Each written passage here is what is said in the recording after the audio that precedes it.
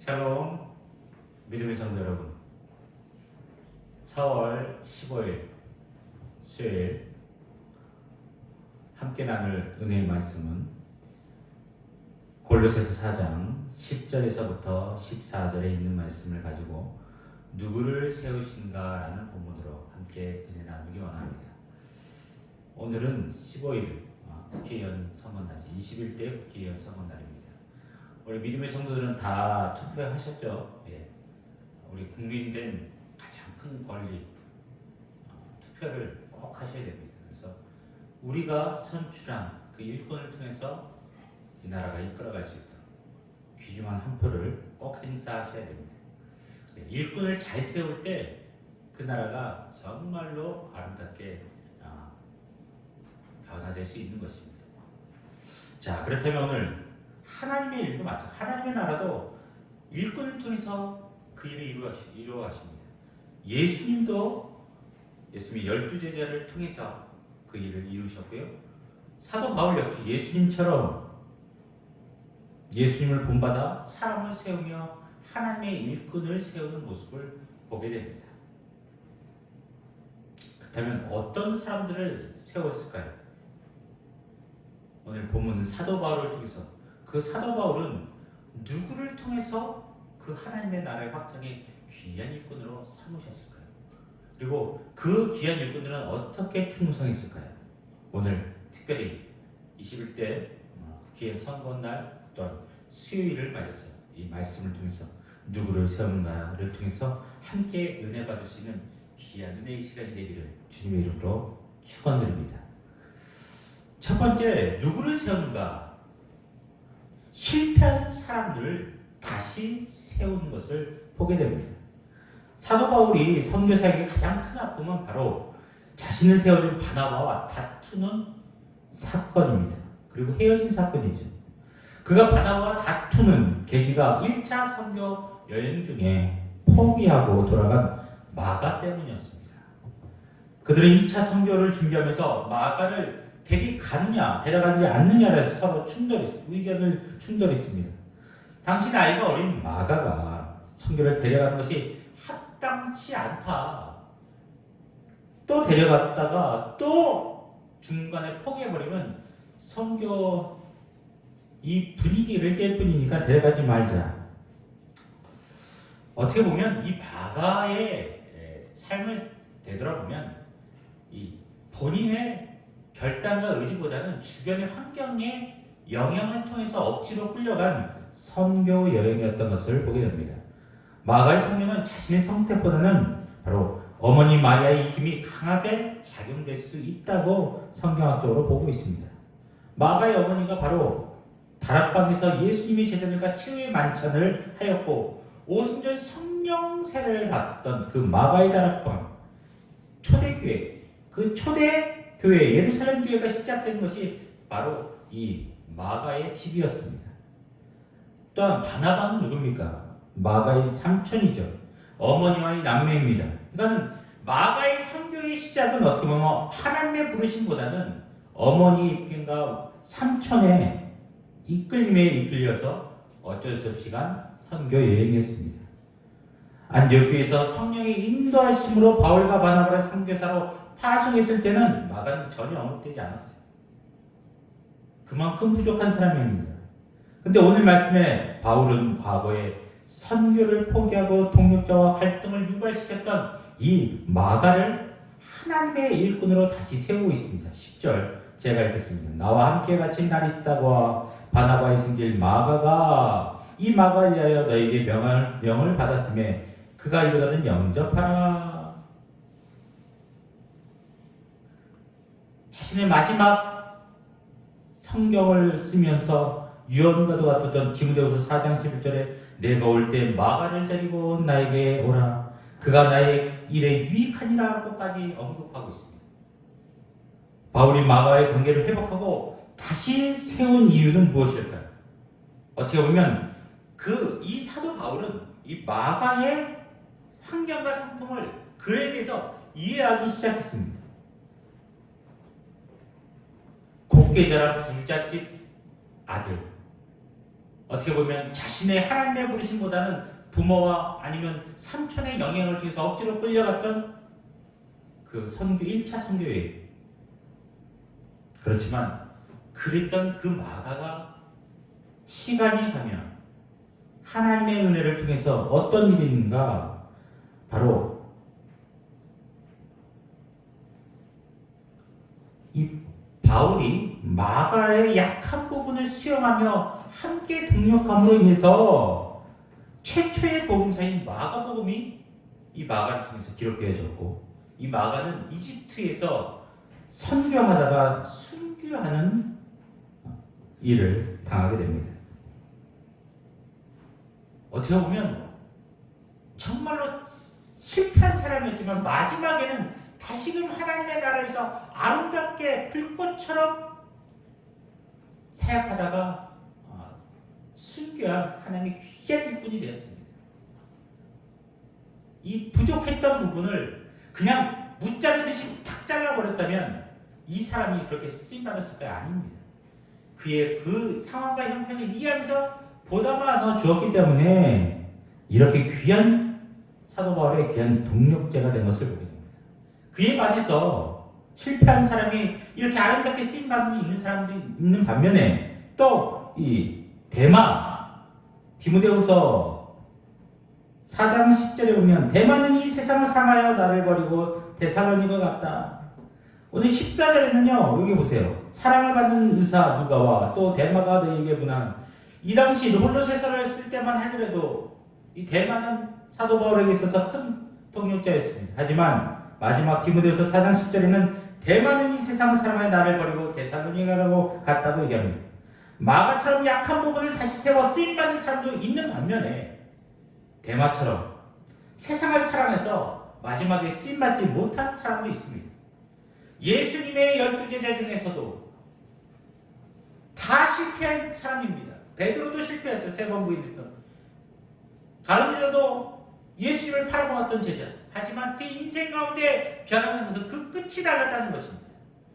회개하면서 주님께 나아갔던 이 베드로는 마지막까지 아름답게 쓰임받았지만 자신의 인생을 허무하게 목매라 죽는 죽음을 선택했던 가룟유다는 그 끝이 비참하고 많았습니다.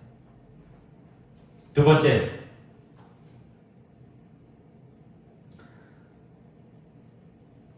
누구를 세웠느냐? 바로 공동체로 보지 않고 그 사람 한 사람 한 사람의 믿음으로 그 일꾼을 세웠다는 것입니다. 여러분은 어떻습니까? 여러분이 싫어하는 그 공동체, 어떻게 보면 유대인들이 사도 바울에 있어서 큰 걸림돌이었어요. 오고 가는 곳마다 사도 바울의 사역을 방해했던 것이 정통파 유대인이었습니다.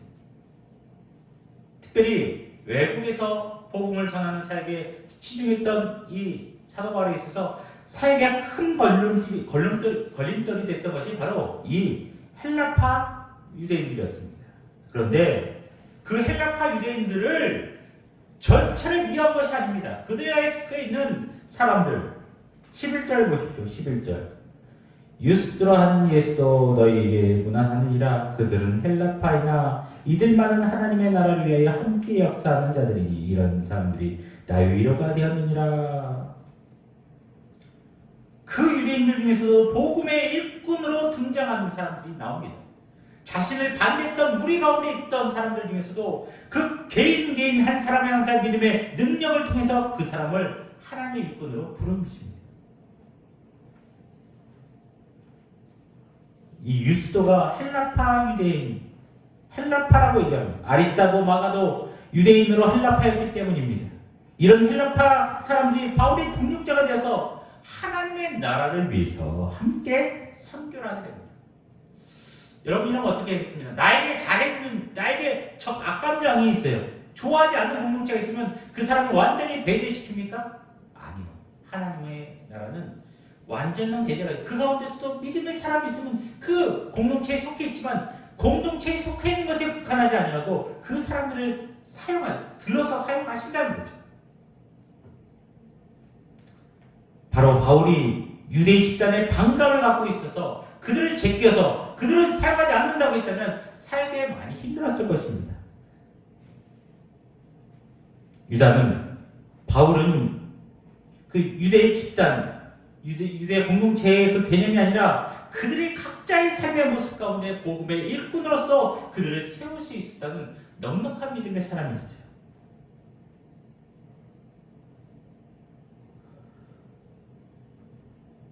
저는 오늘 이 본문 가운데 어떤 공동체로 그 사람을 판단하지 않게 원합니다. 어떤 예를 들면 우리가 어떤 세터민, 탈북자들, 그냥 그런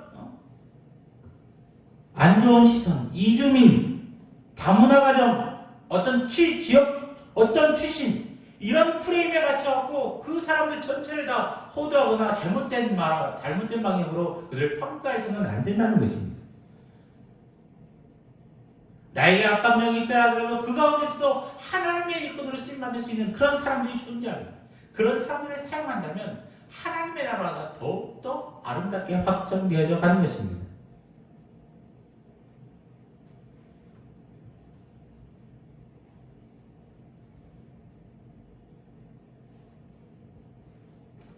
우리들도 사도 바울처럼 공동체 개념이 아니라 각자의 믿음대로 세워서 주님의 귀한 일꾼으로 쓰임받을 수 있는 우리 모든 믿음의 식구들이 되기를 주님의 이름으로 축원드립니다. 세 번째로 하나님의 뜻으로 사람을 세웠다는 사실이죠. 골로새 교회는 사도 바울이 직접 세운 교회가 아닙니다. 바울이 3차 선교행 때 에베소에서 두란노 서원을 세우고 2년 동안 에베소에서 말씀으로 제자를 양육할 때 골로새에서 온 에바브라가 훈련을 받고 돌아가 세운 교회가 골로새 교회입니다. 그 교회가 에바브라가 세운 교회를 개척하고 도중에 그 골로새 교회의 이단 문제로 교회가 감당할 수 없는 시험에 빠져 있을 때 로마 감옥에 있던 사도 바울에게 찾아와서 도움을 요청합니다. 사도 바울 선생님 도와주세요. 바울은 그 요청을 두기고를 통해서 오늘 서신을 보냅니다. 7절 8절 두기고가 내 사정을 다 너에게 알려주리니 그는 사랑받는 형제여 신실한 일꾼이여 주 안에서 함께 종이 된 자니라. 내가 그를 특별히 너에게 보내는 것은 너희로 우리 사정을 알게 하고 너희 마음을 위로하게 하려 함이라 라고 얘기하고 있습니다. 그렇습니다. 사도 바울은요 오늘 이 교회 자신이 세운 교회는 아니지만 예수 그리스도의 피값으로 세워진 이 골로새 교회에 대한 사랑의 마음이 있습니다. 그리고 그 교회를 이끌어가는 에바브라를 그 누구보다도 신뢰했어요. 여러분 하나님의 일꾼, 내가 세운 교회가 아니더라도 하나님의 일꾼, 우리 말씀을 통해서 세웠던 이 에바브라를 통해서 세웠던 이 골로새 교회가 이단 세력에 의해서 흔들리는 모습을 보면 어떤 가슴이 아픈 것입니다. 왜? 에바브라도 하나님의 사람으로 하나님이 세웠기 때문에.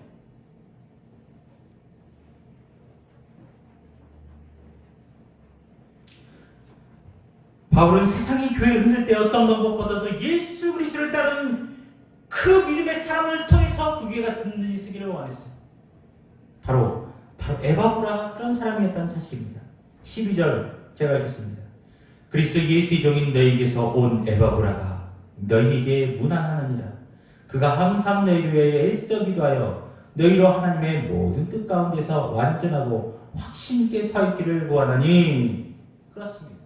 에바브라가 그런 존재였어요. 그런 존재이기 때문에 그를 신뢰하는 것입니다. 하나님의 모든 뜻과 확신 있게 서서 정말로 교회를 위해서 불철주야 기도하며 나갔던 그 에바브라.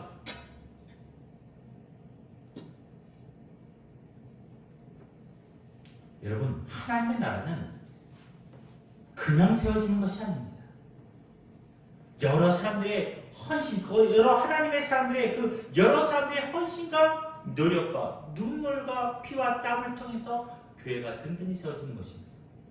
저는 우리 믿음의 동역자들을 통해서 이 그리스도의 몸된 교회가 하나님 나라에 의해서 하나님 나라의 아름다운 귀한 일꾼으로 든든히 세워져 나갈 수 있는 복된 교회가 되길 원합니다. 하나님의 일꾼을 통해서 그 일은 이루어가는 겁니다. 실수할 수 있습니다. 넘어질 수 있습니다. 하지만 그 넘어진 일꾼들이 다시 일어나 그 일을 하게끔 만들어가는 것이 하나님의 나라에 합당한 것이 교회의 모습입니다.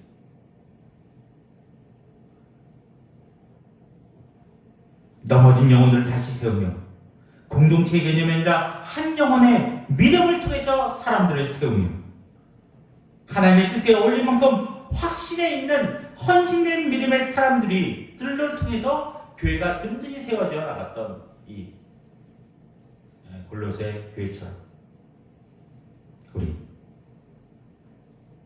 약해서 넘어진 영혼들을 다시 이렇게 세우고 정말로 공동체의 개념이 아니라 한 영혼을 세움으로 인해서 주님의 위로를 누리고 하나님의 뜻에 어울릴 만큼 확신에 서 있는 에바브라처럼 믿음의 사람들이 됨으로 인해서 그런 사람들이 협력해서 하나님의 아름다운 교회가 세워지는 하나님의 나라의 귀한 일꾼으로 쓰임받는 우리 성민교회 믿음의 식구들 모두가 다 되시기를 주님의 이름으로 축원드립니다. 아멘.